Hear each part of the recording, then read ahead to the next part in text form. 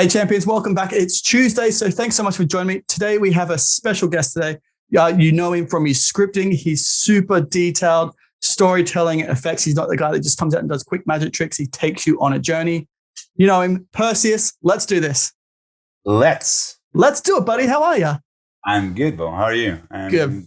Thanks for having me. No, thank you so much. I know you're a busy man. And I really appreciate you taking the time to come chat today. It's my pleasure. It's my pleasure, man. You're too kind. You're too kind. So how's your day been? What have you been up to? Good. I mean, I'm running the company, filling up orders, working on new projects, writing the book, editing 3 booklets and 2 other books from others. It's like listening to motorbikes in the background. Yeah, that's not mine. You're a busy man, and you still have time to come and hang out and talk silly old me. I really appreciate it. The best. Magic always. And so you're teasing me a lot there with a lot of books and things, and which hopefully we get into in a little bit. So that's a little bit of a teaser. If you're down to, I'd be happy to hear about it. I am down. Perfect. It will be my pleasure. Well, let's wind it back. Because you're still a spring chicken, like 18, 19 years old. Let's wind it back to when you first started magic. A lot of people, can you give people kind of like the 30-second pitch, I guess, the elevator pitch, if you will, of how you got into magic, how long you've been doing magic, what your kind of career has been like? The 30-second pitch would be like everyone. I got into magic for the wrong reasons. Yep. It was by accident. And the important part is why I stayed in magic. What's that? I think that's a question we all should ask for ourselves, because some people get into magic for, the attention. Some people come from the social awkwardness. Some people come from the opposite sex. And if you remain in magic for the same reasons, it means you haven't evolved. So hopefully I have evolved, because at some point I went to Italy, I saw the Sistine Chapel, and I was like, oh, damn, this dude from ages ago just created new emotions in my heart. I could not describe what I felt when I saw the Sistine Chapel. And I was like, I want to do this. I want to find an art that I can be able to create new emotions. And since I've been through painting, I've been through music, and I grew up in an artful home. I turned my focus into magic. I'm like, you know what? Maybe magic is the one. I am doing it, but why not use it to express myself? Why not change the way I make it more than a trick, making an experience, making an expression of my thoughts and feelings about the world around me? And that's exactly where my presentations and my philosophy stems from. So you kind of grew into what you're doing now from that. What were you doing beforehand? Were you doing? I was doing what everybody is doing. Just tricks. Fooling people, cards them out. Yeah. Get you. And I went through kids' parties, table hopping, walk around, and all that, but meaningless. Yeah. That's how I see them now. No offense to anyone who does what I call roller coaster magic. Yeah. It's about the thrill, it's about the surprise, it's about the effect itself. And, but at some point, I actually used to be a comedy magician. Hey, there you go. I used to use humor as my defense. I later on discovered that it was my defense to gain people quickly on my side. And at some point I was finishing a table, and the response was, oh man, thank you so much. We laughed so much. And I was like, nobody's commenting the magic. I mean, okay, I get it. I'm funny, and I made a conscious choice. All right, off with the comedy. Let's try to do the same thing with mystery. Try to do the same thing with presence, with prestige, with my character. Yeah. And it's hard. It's tempting. It is daunting to make such a decision not to approach a table with humor, just to use your prestige to magnetize them and your character and the way you walk and the way you talk and what you say and how you say it and when you say it and all that. But it came out to be exactly what I wanted to do with magic. So I do not regret that decision. No, I still use some humor, but it's a gentleman's humor. It's not like the Jim Carrey magician I used to be. Yeah. So you were the Jim Carrey magician, but yeah. Hey, I need to find footage of this. This would be amazing. I think I've hit it all. You've burnt it all. Because your humor still does come across in your routines, because I've seen quite a few of your routines. Yeah, Yeah. Still, Yeah. laughter and humor is part of life. I mean, you don't have to be like all serious and all that. But on the same note, magic is not always candy canes and butterflies. Sometimes you need to be serious. Sometimes you need to be sad. Sometimes you need to talk about stuff that nobody else talks about, because art should talk about those stuff. Talk about loss. Talk about death. Talk about insecurities, vulnerabilities. It's fine. It's part of art.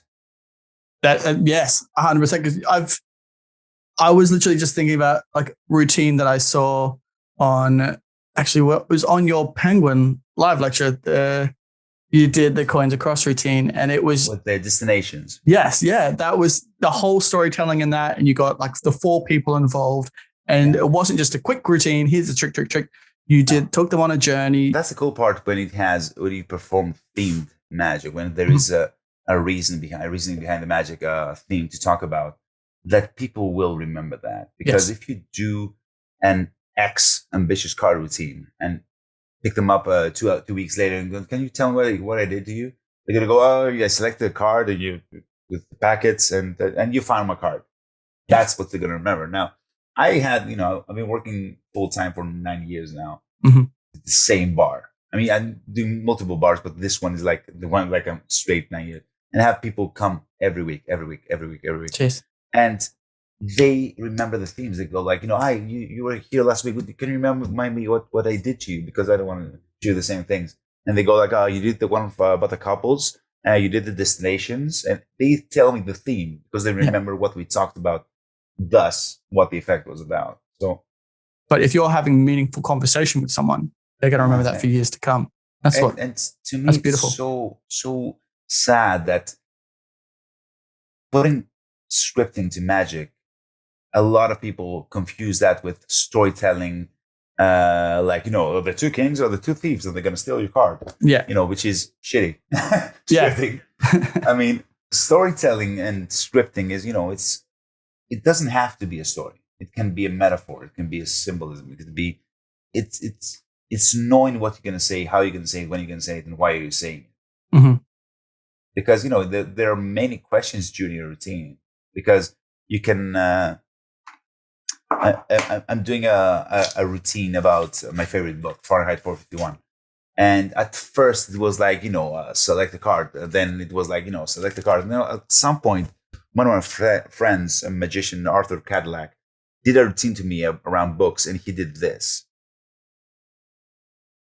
And he was setting the cards like this. And I'm like, you know what? That's what I have to use for Fahrenheit, because I'm talking about books. I'm talking about my favorite book, and the book is about books. So why not use a deck? Because it's a free choice, so they can actually stop me at any page. It's all making, the little pieces working towards the desired effect, the desired atmosphere. Well, you're breaking the mold of what, like you said, pick a card. You're breaking that mold to have that connection with those people that is going to stand out. I'm gonna share something with you. Tell me everything. I know, and to those watching, I promise we haven't planned this. No, you have no idea what we're going to share. Yeah, my hands are instantly sweating. But you shouldn't, because this is. So I am doing this routine. It's going to be in my second book. This simple routine where they basically select a card. Actually, I'm going to describe it. Why not? Let me find the picture first. I found it. So basically, I talk about, have you heard the expression, one man's treasure is another man's, one man's trash is another man's treasure, right? And that happens because we give value to objects. We can take something that for someone is meaningless, and we put emotions and memories on it, and it has this. It grows into this valuable thing to us. And that's exactly what John is going to do for Maria. And we're going to use can I take a straw? Like, the ultimate trash, one use. You take a suck and throw it away. I want you to take the straw, and with that, I want you to make a treasure for Maria. And, I want you, for starters, I want you to tie 3 knots in the straw. And with each knot, I want you to think of a beautiful memory you have with her. And he starts going like, this, and he does that. And then, have you ever played with a straw where you put it into liquid, you seal it, you take it out, a small portion remains, and when you release the ball, I want you to take a hair straw and do this exact same thing. And he goes like, what do you want me to do it? I want you to do it to your heart. I know it sounds cheesy, but bear with me. Put in your heart and imagine a small droplet of your love being retained in the straw. And I take the other straw, the tie-dye one, I want you to drop your love onto that. And they go like, boop, this. One more. You go, boop, another one. All the good things come in threes, so I will need another one. And in the third one, I grab the straw and start stirring. And in the end, I go like, you know what? So what we did something meaningless, something without any value. You put some memories on it. You infuse it with emotion. And from John to you, Maria or whatever, a small treasure. And open it up, and they see this straw heart. This is basically a heart made out of straw. Which to any magician out there is like, oh, it's a simple trick, just a shoulder pass or whatever. Yeah. And that couple came back next week. Yeah. And I'm like, oh, please remind me what I did to you next week. I cannot remember. And they were like, you did the couples, which is a Chandler's I do. You did the destinations, and you also did this. And they did. That's what they showed me. Oh, wow. So That's tell incredible. me if that is not the best argument for scripting. Yeah.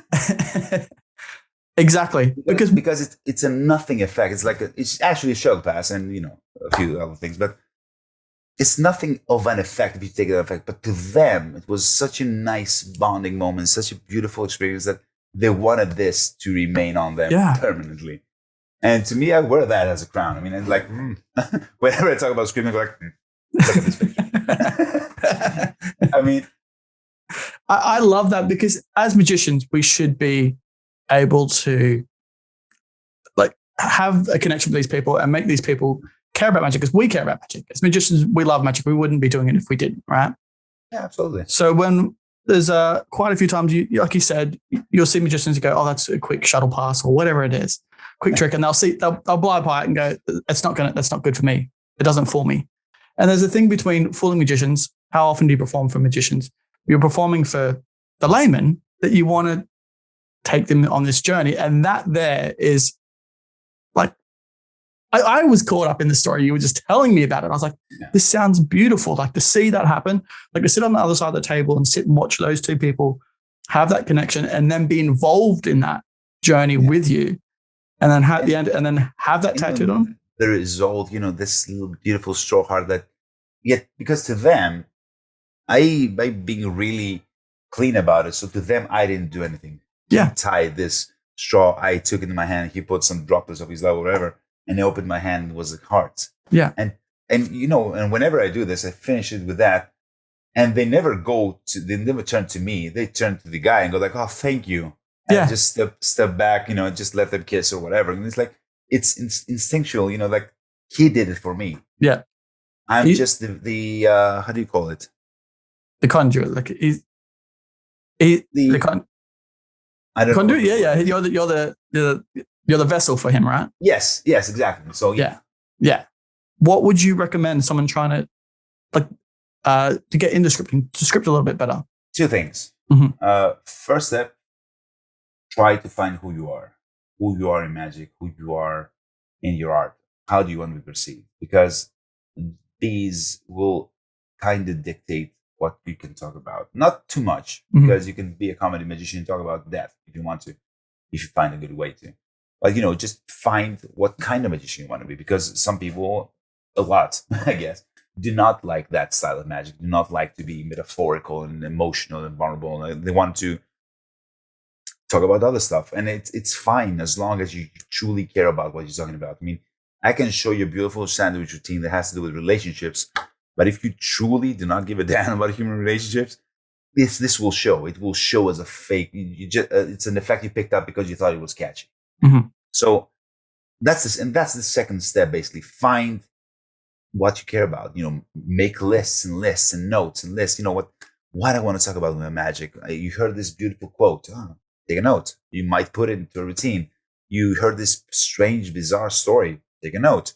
You have hobbies. I love playing D&D, for instance, which might surprise a lot of people. But I have done a routine about D&D. That's cool. That's really cool. Because I care about it. I Mhm. love books. I've made a routine about my favorite book. You might like sports. All right. How do I express what I feel when I'm in the court and watching sports? This with the magic effect.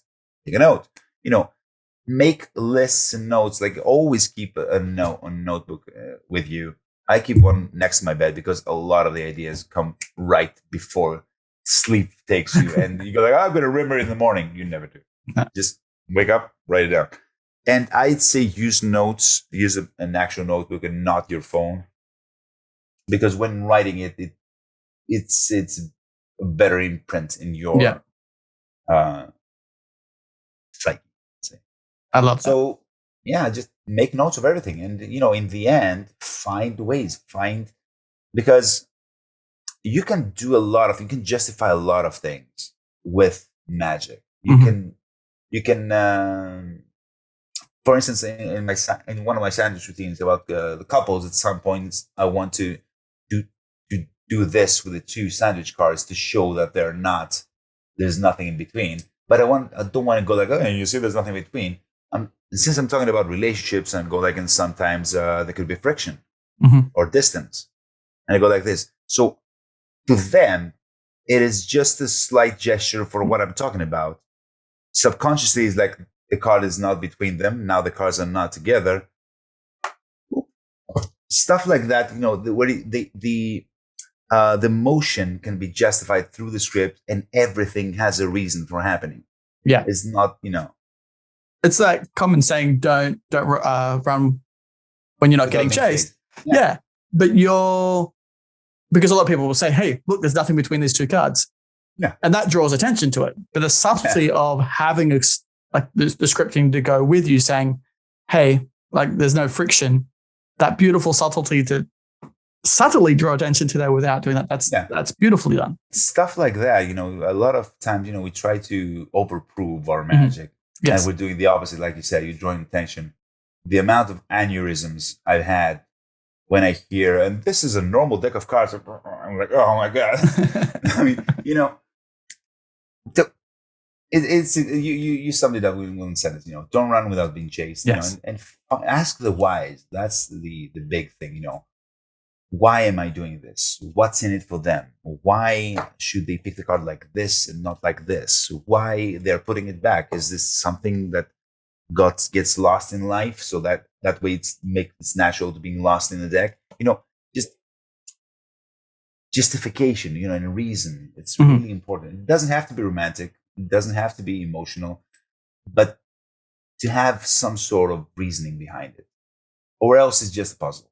Yes, exactly. And to me, and I've said it before, sorry to interrupt you. No. And I've said it before, to me, magic, the fooling part, the effect, that you're going to do something and they won't know how you did it. That is the bare minimum. That's the essential. That's where you start. We're doing magic. Obviously, you're going to do something and they're not going to know how it happened. And then what? What you add to that? What's important? What are you going to put over that to make it an experience other than a puzzle? Okay, let's figure out how you did it.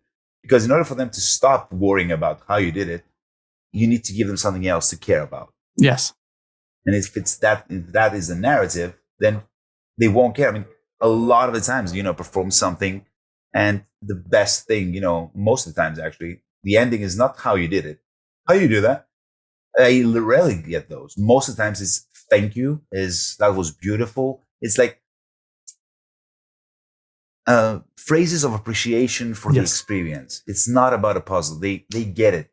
Yeah. We think our spectators are much more stupid than they actually are, and we treat them like that. And a lot of times, you go to a table or to a group of people that they go like, well, here's a magician, and you feel that you should match their energy and go like, hey guys, and you shouldn't.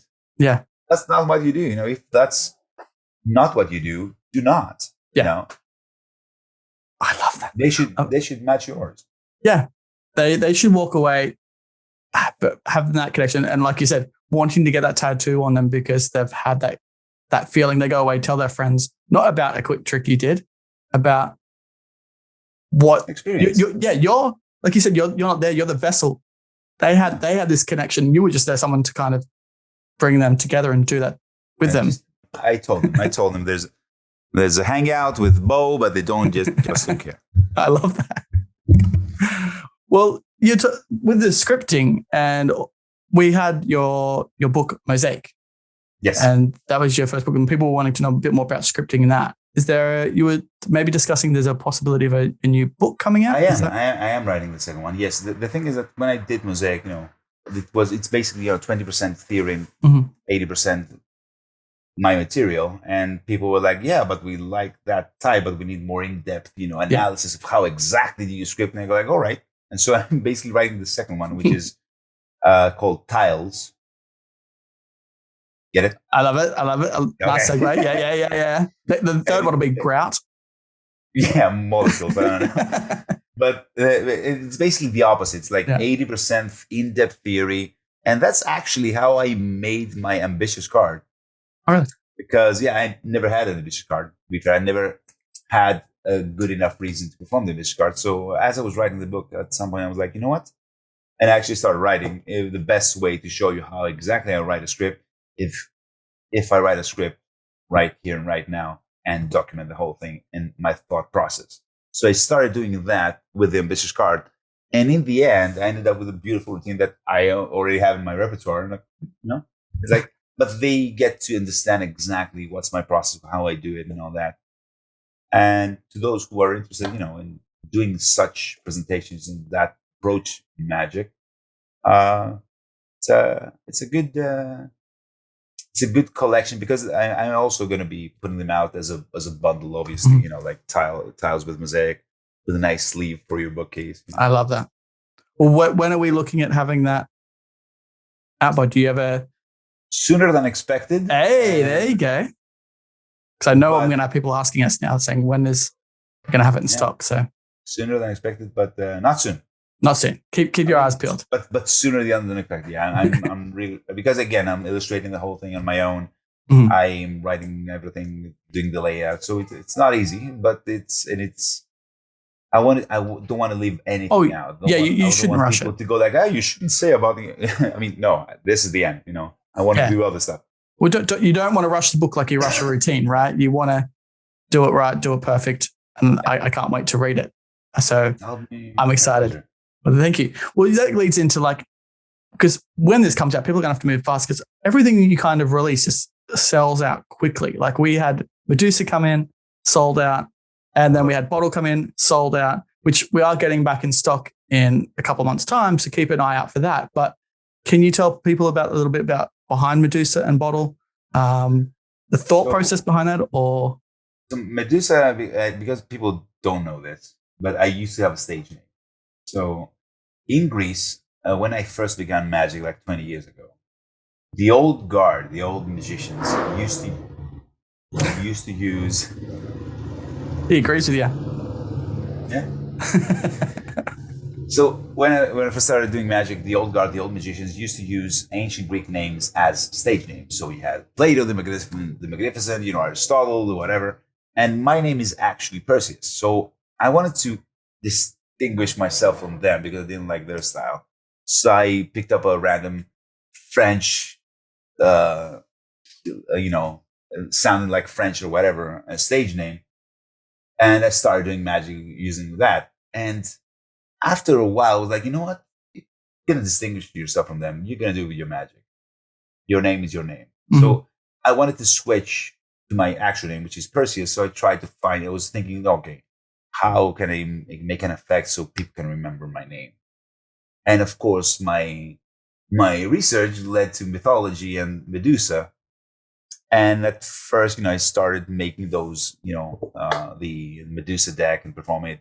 And that later on evolved into the Sharpie, and then the lighter, and then the Gaff card, which makes this slow change, which I love.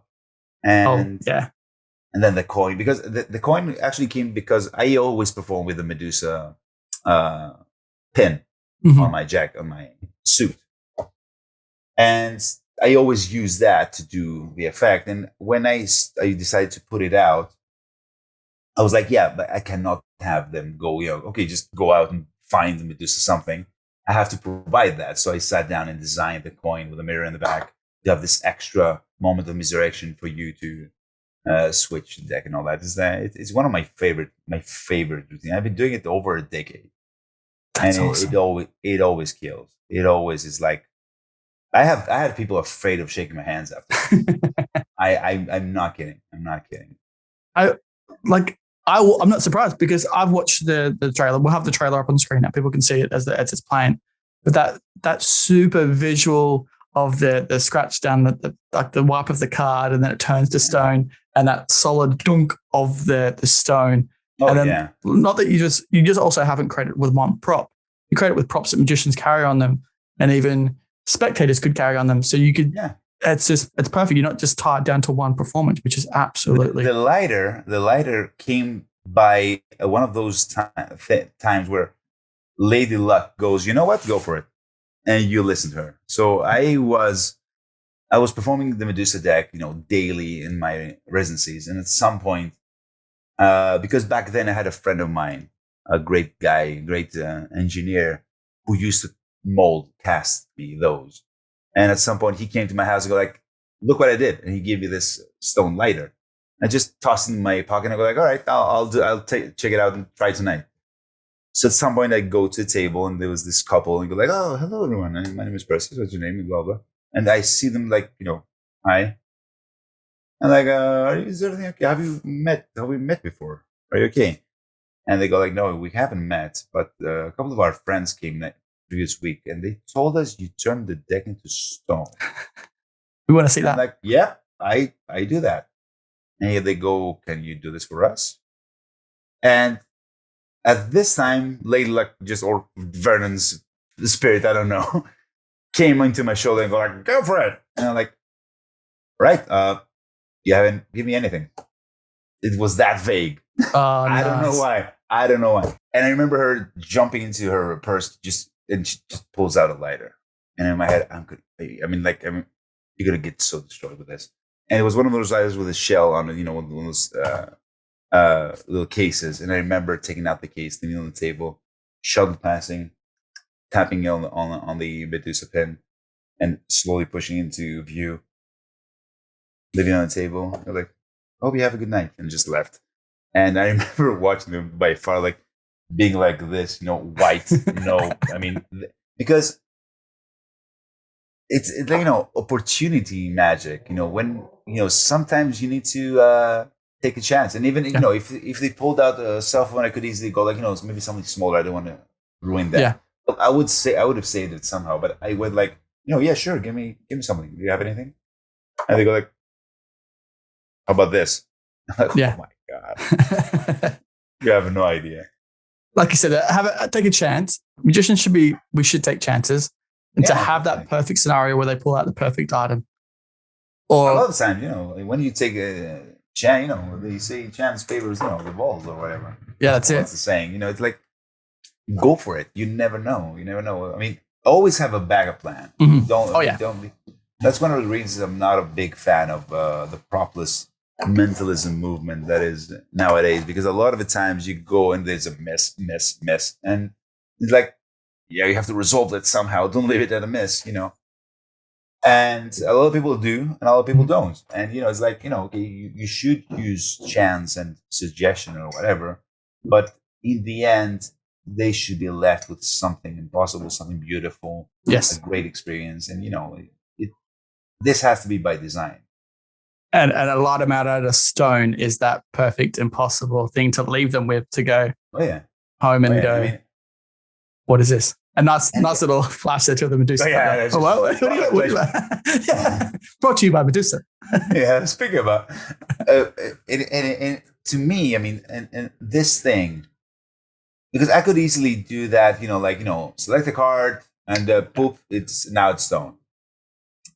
To me, it's not enough. That's the effect. Okay. Yeah. What can I talk about it with this? What this can represent?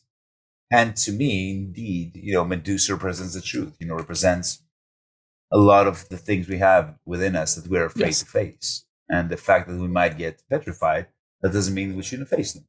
So that's the message, and it makes it much more important to Yes. them, much more relatable than just, look, I am the magician, I'm doing amazing things that you cannot. Yeah. It's like, it is not about demonstration of skill. It's about sharing an experience, Mhm. talking about something I truly care about. And people can tell. If Yes. you Oh, care yeah. about you, if you have passion, they have the spectator knows. That's why I called it. They have a gut feel. They can tell if what you coming out of your mouth and from your movement is genuine and sincere, or Mhm. is it just a script, or is it just something you heard and you thought it was cool to present. Yes. That's why you should uh, put yourself into magic as much as possible. You know, a lot of people go like, "Oh, I perform only original tricks." You don't have to. Yeah. I mean, I mean, great singer, Christmas songs. Oh, Frank Sinatra. oh yeah, I was gonna say Michael Bublé. Fair, but Frank Sinatra in particular never wrote a song. Really? Yeah. Yeah, not a single one. But he made those songs his own. He Mhm. put enough of himself into them. And that's the same thing we should do with magic. You don't have to do original content. You know, if you do create something, that's great. But there are a lot of creators out there that put in the work, that put in their mechanical brains to find solutions and methods that you can take and then sprinkle yourself by Yes. your own narrative, your own uh, passions and and expression into them and Mhm. make them your own. Yeah. If you put your passion into it, people are going, I'm going on this journey. I want to be in this ride with you. Absolutely, absolutely. And that's, Like, sorry, go. that's part of audience management. They will look where you're gonna Yes. look. That they will feel they're gonna mirror you. Mhm. If you're like this, they're gonna be tense. Yeah. If you relax, they're gonna relax. It's like it's all that. And it's something. I mean, I wish there was this magical button that you can press and infuse that to every performer out there. But it's not. That's something that's a journey that each of us should take at some point. Sit around and think about the magic honestly, because we fool ourselves a lot. Yes. We hide behind our fingers a lot, and I've done it. You've done it probably. Oh yeah, definitely. And at some point you need to, okay, what am I doing? Why am I doing this? Why I want to perform this? Because I love the method, because it's super cool when I bought it. All right. Apart from that, how can I make it more important? How can I make it more meaningful? Because that's in it for me. I Yes. love the fact that I'm doing this and they have no clue what I'm doing in the back, but what's in it for them? Yes. Apart from a puzzle, apart from something impossible, Yeah, I agree. I don't want when I perform, all my spectators to walk away at the end of it to go, oh yeah, and forget about it 2 seconds later. There's something that I've put so much work into and I believe so much in. I don't want them to be, oh yeah, forgotten about and thinking and about. they will. Yeah, they will. If you go and like take a card, put it back. Look, it's in my mouth. Yeah, and they're like, nice. What are we eating next? Because you always get magicians come along and say, oh, I'll show you a card trick, and like, I've already seen that, because we're kind of setting a bad precedence for us. Oh, we did it to ourselves. Definitely. Yeah. But like you said, but those. Go on. Sorry? I was going to say, like we said, the magicians are getting too comfortable to pull something out of a package and go, I'm going to perform it like this, and not putting themselves into the performances, which they should be doing. They should be, every performance should have the same premise, like an ambitious card routine, but to anyone watching, be completely different. For someone walk up to another ambitious card routine, be completely different, because the scripting, the performance, the style, it should. Yeah. Let me ask you something. What's the premise of an ambitious card routine? You get a card chosen, put it in the deck, and it rises to the top. Right. Why it shouldn't go to the bottom? Yeah. Why not make an ambitious card? Talk about things that drop to the bottom. Maybe we a lot of times drop to the bottom, drop to our knees, blah, blah, blah. And make the opposite. Make an ambitious card that the card always ends up in the bottom. Why not? Mm-hmm. Just because an ambitious card is, it has to rise to the top. We all do it the same way, To be in that one ahead of the spectators as well. Yeah. Or why do the cards? Yeah. Why not have a stack of coins with an indifferent coin that always, even though you put it in the middle, it ends up on the top? Yep. Never seen it be done. Why not? I mean, the effects in the the premises are infinite. Yeah. And we should stir the pot, just take this and try it with this. Why not? Because we all learn, that is the way it's been done, so let's do it that way. It doesn't have to be like that. No. As and magician, also, it will depend on the narrative as well. Oh, yeah, definitely. So that's the one thing about magic that I love. It is the art of like storytelling. You're scripting, you're writing stuff, but you're like scientists. We're mixing stuff, we're combining stuff to see what works. And psychologists. And we're and performers too. So it's all these different things coming into one to create this essence and this feeling for people. It should be like that. And that's what I love about magic. And that's why I get excited about magic, thinking that people and also to go back to what we said, that we brought this to ourselves for people to get bored of magic or be afraid of magic. It makes me feel stupid and all that. We did it to ourselves, but we are the ones who can change it back. Yes. And there's this, and people don't like that, because that immediately puts us all with a great responsibility when performing, because a lot of people go like, okay, you're a magician, can you do something? Yeah, sure. Let's try this. Pick a card. And they do something meaningless and just either reinforce the shitty opinion someone has about magic or form an opinion someone has about magic. Because, magic is not like music. People don't have that deep education that like they have in the other arts. You hear a singer go like, and go like, oh, that's a shitty singer. When you see a shitty magician, a lot of people gonna go, oh, magic is not cool. I don't like magic. Yeah. Because they have nothing to compare to. You could be the actual first magician they've ever seen. So that puts us in a great responsibility, to make every performance matter. If you're not into it, just say no. Yeah. No, maybe later. It's fine. You're still human. But just don't rush into a meaningless performance just to shush them, Well, because that can make an experience out of it. That's because I was going to get it leading into that when you said, look, I don't feel like doing it. We'll come back to it later. That was where I was going to come into being adaptive to your performances as well. And that would have to come into, I guess, kind of scripting on the fly. Because you said your comedy background. Is there been times when you've gone out performing and you've come up to a table that haven't felt like you're going to have this connection with them? They're here because they're a bit rowdy, and then you kind of had to adapt your scripting and on the fly, or you stick to your performance and then you change their whole persona? I don't change, because to me, it is like, like a band. You see, I don't know why I keep using Bon Jovi for that experience. But you go and see Bon Jovi, right? And he's there to play his set list, the way we know him for and all that. If he goes and plays to Greece, he's not going to pull out bouzouki and start playing, sirtaki music. He's going to play his stuff. It doesn't matter what. I like, and a lot of the times, for instance, if you go to a rowdy table that they're like, oh, here's a magician. I guess we're going to catch him now. If you put a handbrake to that, you go like, no, that's not why I'm here. And they're like, what do you mean? I am the magician, but that's not the premise here. I'm here to share something with you. And you see them go, and immediately have their attention. And most of the times, these people are the ones that need a different approach to magic the most, because they have used of that confrontation. Like, okay, that's the game. He does the shit. We don't care about what he says. We try to catch him up. Yeah. And that's wrong. That's not what magic is about. And if you take that and throw it out the window from the get-go, like, no, that's not the case. For instance, if we think about it, if a deck of cards is almost like a society, right? You and me, we're all the same, but we're also different, aren't we?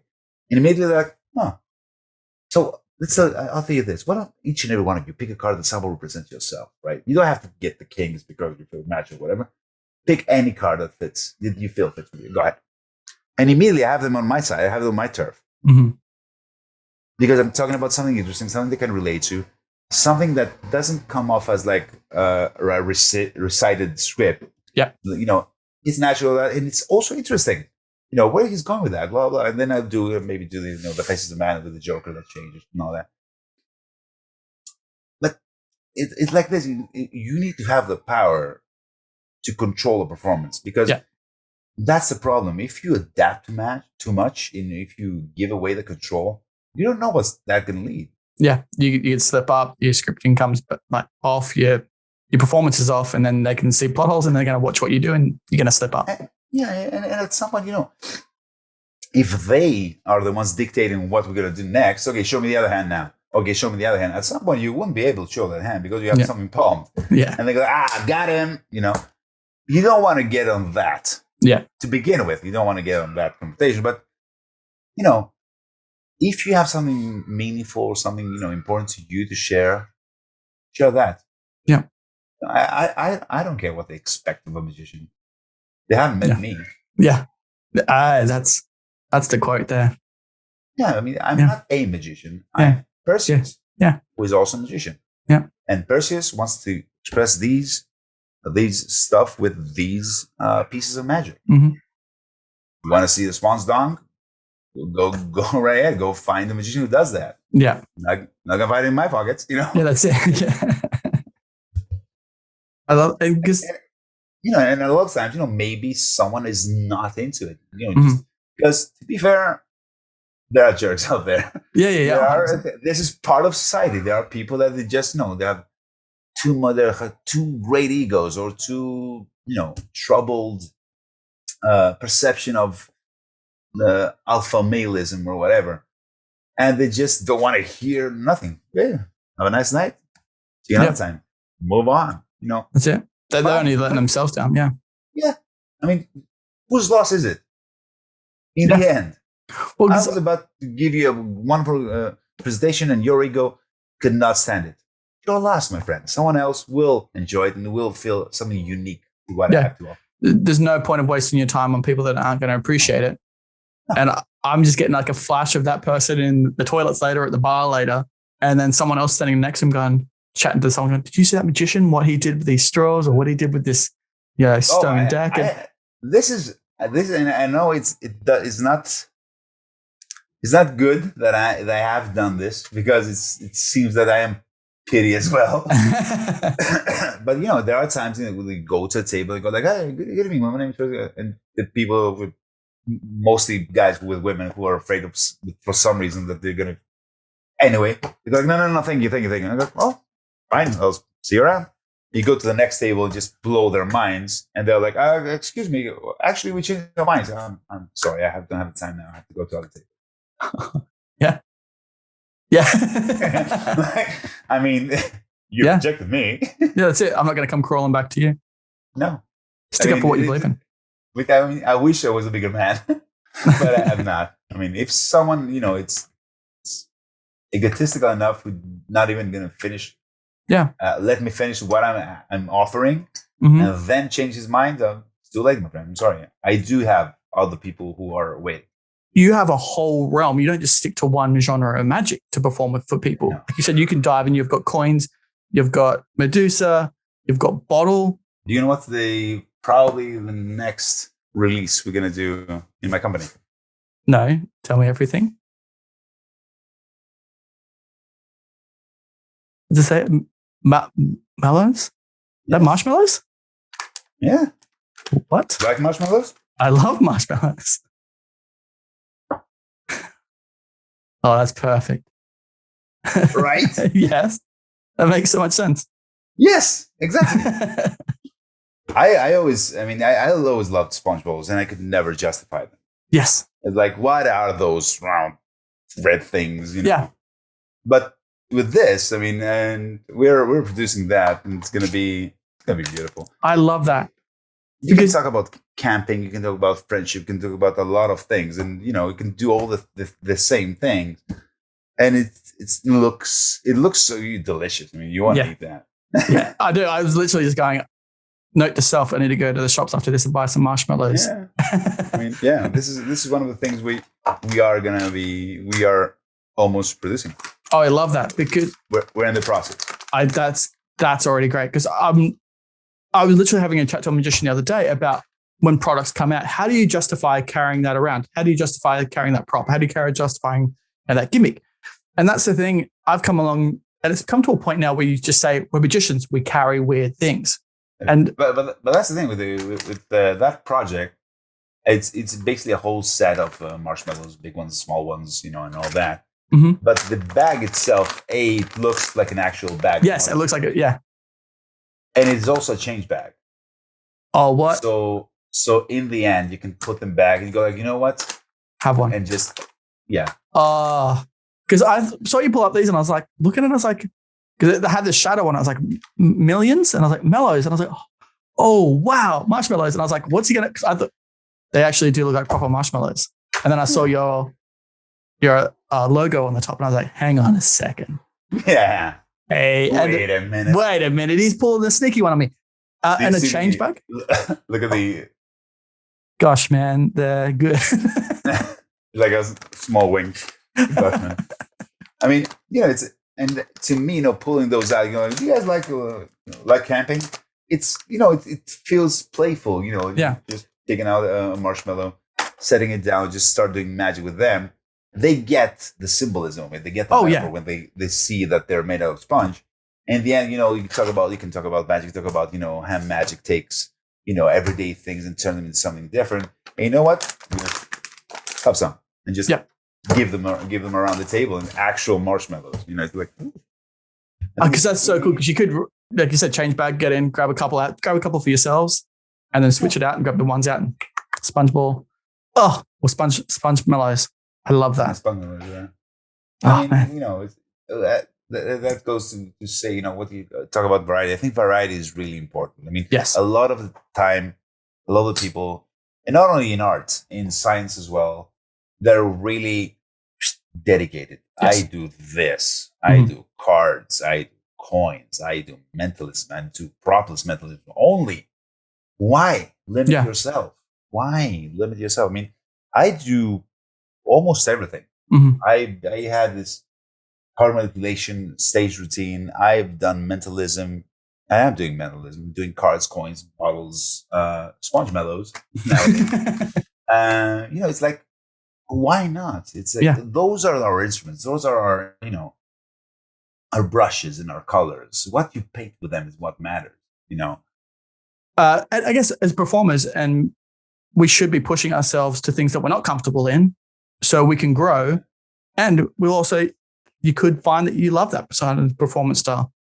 Absolutely. And a lot of times, you get into a table I always speak in terms of table because I'm used to residencies, but you perform into a group and you can find a guy that, his father killed himself because of debt. So he hates playing cards. He doesn't want to see play cards or whatever. Mm-hmm. You never know what's the background of each and every. You need to have variety because somebody, you do something with cards and then you pull out the coins, then you do a mentalism trick and you have it all, you can, there's no way you won't hook each and every one of them if you have variety. Yeah. But if you do only one thing, you might as well miss some. And it's a shame, Yeah, you can miss that moment with that one person that needs at that time. Like you said, if you have that person that hates cards because of that reason, and you pull out a deck of cards and all you have, and that's all they needed was to see something to pick them up for that day. Saying that, it's, I think what's important, the most important thing, that we have forgotten the amount of power we have in our hands. Mm-hmm. You can change someone around. You can have someone who had the most horrible day in his life. You just lift him up, even for a little. Even, just lift some of that burden with your magic. We have that power. It's not just tricks and double lifts. It's more. It can be more than that, and we need to remember it as performers. That's 100% true. We can do it. We can. We can do magnificent things. I've gone to a table where you can see from across the room that those two just had a fight. They're sitting across each other like this, and you go like, you know what? I can fix this, and you can. You absolutely can. I have gone into couples and start talking about relationship, about hardships, about stuff, overcoming, taking a few steps back, blah, blah, blah. And by the end of it, they're holding hands and they're thanking me. And like, yes, tonight was a good performance. We can do that, but we have forgotten, and I sound like a broken record, a lot of the times, and it all comes down to the narrative, Mhm. because the moves are going to be what they are. Yeah. The effect is going to be the effect. Oh yeah. But the approach you're going to take with that effect is how they're going to view it. Mhm. And I'm sorry, this is not something that you can learn it in 5 minutes. You need to put in the work. Yeah. Oh yeah. But again, that will depend on how much you care about your spectators, how much you care about your magic, and how much you care about how you're going to be perceived as an artist. 100%. I couldn't agree with you more. And I think that there is kind of a good place to leave people and get excited for your next book. That'll be my pleasure. I know, because I know you're a busy man. I want to talk about this all for hours. Because, a lot of times, people forget what it takes to release a product. Yes, it's insane. The packaging, because we forgot to talk about that. The things I've done with Orion, the fact that in every product, there's an actual booklet with illustrated instructions, apart from the video, which is something I could easily skip. Yeah. But I didn't want to. I did not want to. I want it to be full. I want, when you get one of those effects and you put it on the shelf, and a lot of times you forget about it, and then after a few months you go, I have to relog to watch the video. Just pick up the booklet. Oh, that's how it's done. Yeah. Stuff like that, because I truly care about people investing in that, in our magic, in Orion Magic Productions magic. I want them to get the full Monty. I have when we put out the Cyclops, where you have this you use a hole punch, you use them as a marker in the book, and it's a great mentalism by Eric Stevens. Yep. I provide a hole punch. I don't get people to go go out and buy a hole punch. There is a hole punch in the box. I want you, you trust me with your money. I'm giving you everything you need to do. I'm not going to have you do that because I care. I mean, I have been a buyer. I have been a releasing artist with other companies, and I have worked in a company for a year. So I have all the perspectives, and I'm really trying to please the most. Yes. It's the little things that matter. It's that fact that you said that you don't have to go out and buy a hole punch. It's all there for you. Because I know a lot of times you'll get an effect. I've done it. I'll go buy something and it's like, oh, I have to go out shopping now and buy this from here, this from here, this different here, this. You kind of lose interest in the effect. It's like, where do you get bottle? Yeah. You get the ungaffed, the gaffed one, and you get a rolled up duplicate of that, an actual card. Yeah. thing, which I could easily go and, just take the whatever card you have, the 6 of spades. From your deck on it, yeah. Yeah. But no, I have this for you. I don't want you to destroy a deck of cards to do that. Because there's also magicians that go, I don't have the money to buy multiple decks, and I can't take one out of my deck because I need this deck.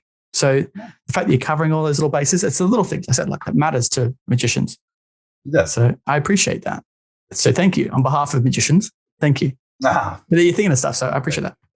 Thank you so much for sharing all this. This is blowing my mind. Thank you so much for having me. I know, I really appreciate it. I think that's the perfect place to kind of leave this all. And if anyone else wants to check more of Percy's work or Ryan's work, we'll have a link in the description below to all of the website. We can check out everything for Mellows, Medusa, which will be back in stock soon.